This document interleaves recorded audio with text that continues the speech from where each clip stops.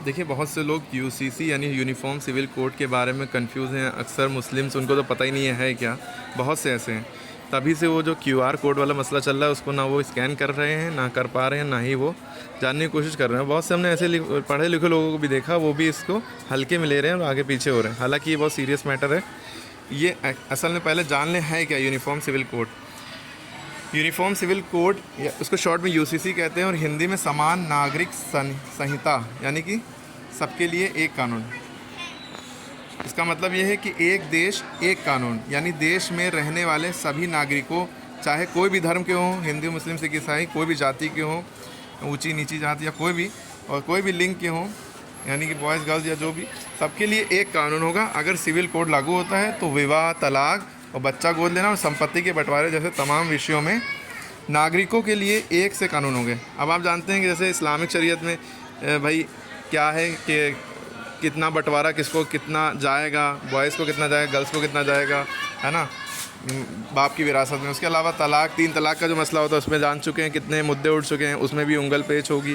भाई इतना मुसलमानों को ये सब मसले में पढ़ना ही नहीं चाहिए। सब हालात आए ना ऐसे, अल्लाह हिफाजत करे सबकी।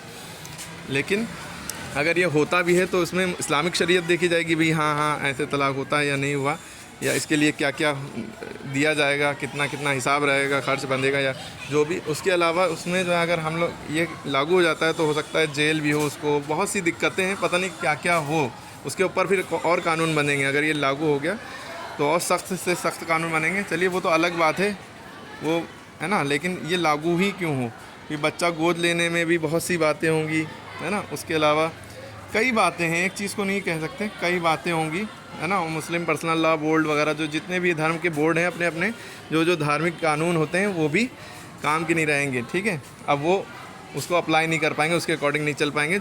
जो देश का कानून होगा उसी पे चलना होगा। हालांकि मैं ये नहीं कह रहा कि देश का कानून अगर मतलब लागू हो रहा है तो इसके ख़िलाफ़ रहूँगा, वो बात अलग है।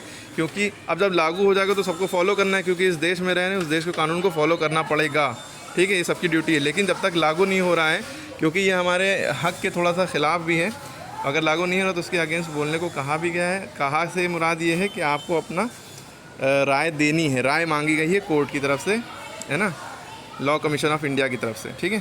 तो आपको ये राय अपनी देनी है क्यूआर कोड के ज़रिए। तो ये थोड़ी बातें थी। तो हर चीज़ में ये 3-4 चीज़ें हैं जिसमें ये होगा। ये 3-4 साल 7-8 साल पहले भी ये आ चुकी है बात, लेकिन उतने टाइम कहा गया था कि उस टाइम कहा गया था कि अभी ये ज़रूरी नहीं है यूनिफ़ॉर्म सिविल कोड लागू करना। अब लेकिन जो है बात उठ रही है, क्योंकि इलेक्शन का टाइम भी है, थोड़ा सा गरमाया हुआ मामला भी है। तो देश में संविधान के अनुच्छेद आर्टिकल 44 में समान नागरिक संहिता को लेकर प्रावधान है। इसमें कहा गया है कि राज्य इसे लागू कर सकता है। राज्य बने यूपी है, यूपी, बिहार, है ना, ये सब राज्य कहलाते हैं, स्टेट, है ना। ये सब इसे लागू कर सकते हैं स्टेट में। इसका उद्देश्य धर्म के आधार पर किसी की भी वर्ग विशेष के साथ होने वाले भेदभाव या पक्षपात को ख़त्म करना है। जैसे किसी भी धर्म में कोई चीज़ बुरी है, जैसे नॉन मुस्लिम में ये होता तो नहीं था, सती प्रथा, कि हस्बैंड मर गए तो औरत को भी साथ में जल के मरना पड़ता था ना। तो ये सब तो धीरे धीरे ख़त्म हुआ। इसी तरह मुसलमानों में या किसी भी धर्म में कुछ इस तरह की कोई भी चीज़ इस तरह की, या उसके अलावा भी कोई भी, जैसे 3 तलाक का मसला है, इसके ख़िलाफ़ बात उठाना और उसके ख़िलाफ़ कानून बनाना, ये इसके लिए भी है, ठीक है। तो इसके लिए ये कानून दिया गया है ना, तो ख़त्म करना, उसके लिए कानून बनाया जाएगा। देश भर में विविध सांस्कृतिक समूहों के बीच सामंजस्य बना रहे, इसको स्थापित करना ना।